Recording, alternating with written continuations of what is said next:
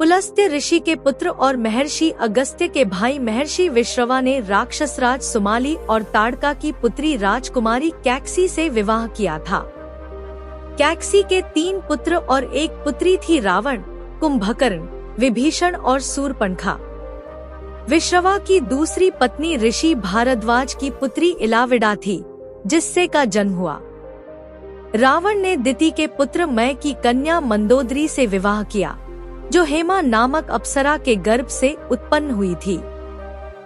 विरोचन पुत्र बलि की पुत्री वज्रज्वला से कुंभकर्ण का और गंधर्वराज महात्मा शैलूष की कन्या सरमा से विभीषण का विवाह हुआ था। भगवान शिव के वरदान के कारण ही मंदोदरी का विवाह रावण से हुआ था। मंदोदरी ने भगवान शंकर से वरदान मांगा था कि उनका पति धरती पर सबसे विद्वान और शक्तिशाली हो। मंदोदरी श्री बिल्वेश्वर नाथ मंदिर में भगवान शिव की आराधना की थी।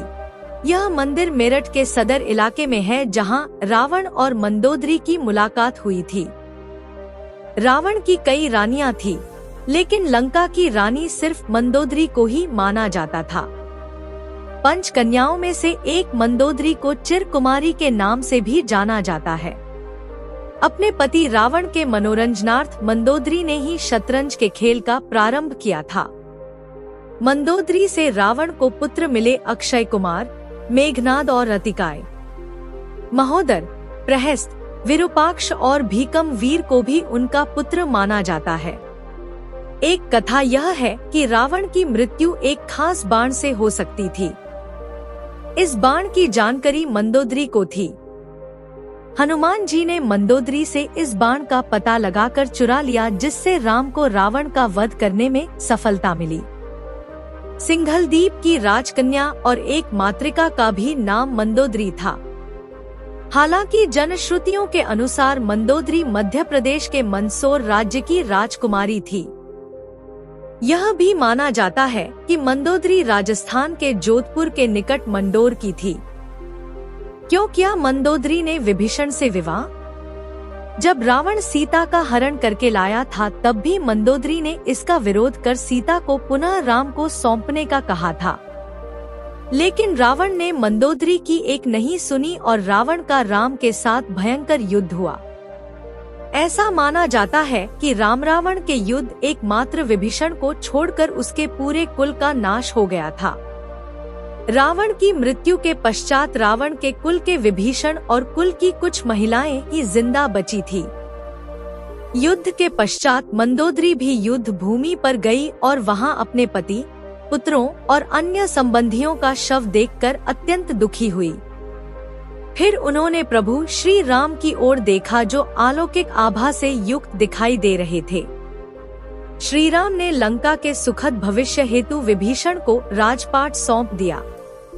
कहते हैं कि अद्भुत रामायण के अनुसार विभीषण के राज्याभिषेक के बाद प्रभु श्री राम ने बहुत ही विनम्रता से मंदोदरी के समक्ष विभीषण से विवाह करने का प्रस्ताव रखा।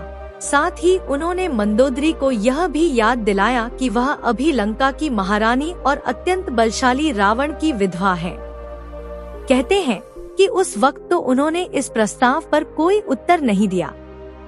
जब प्रभु श्री राम अपनी पत्नी सीता और भ्राता लक्ष्मण के साथ वापस अयोध्या लौट गए, तब पीछे से मंदोदरी ने खुद को महल में कैद कर लिया और बाहर की दुनिया से अपना संपर्क खत्म कर लिया।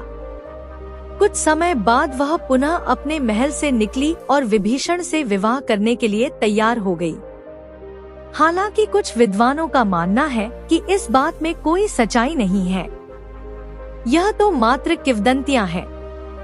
लेकिन मंदोदरी के बारे में इस बात पर विश्वास करना थोड़ा मुश्किल है, क्योंकि मंदोदरी एक सती स्त्री थी जो अपने पति के प्रति समर्पण का भाव रखती थी। ऐसे में मंदोदरी का विभीषण से विवाह करना अपने आप में हैरान करने वाली घटना है। हालांकि रामायण से इतर की रामायण में ऐसे ही कई अजीब किस्से हैं। यह भी सोचने में आता है कि कुछ समाजों में प्राचीन काल में ऐसा ही प्रचलन था। सुग्रीव ने भी बाली के मारे जाने के बाद उसकी पत्नी से विवाह कर लिया था। तो मित्रों, कैसी लगी ये कहानी कमेंट करके बताइए। साथ में चैनल को भी सब्सक्राइब करें, लाइक करें तथा अपने मित्रों के साथ शेयर भी करें। धन्यवाद।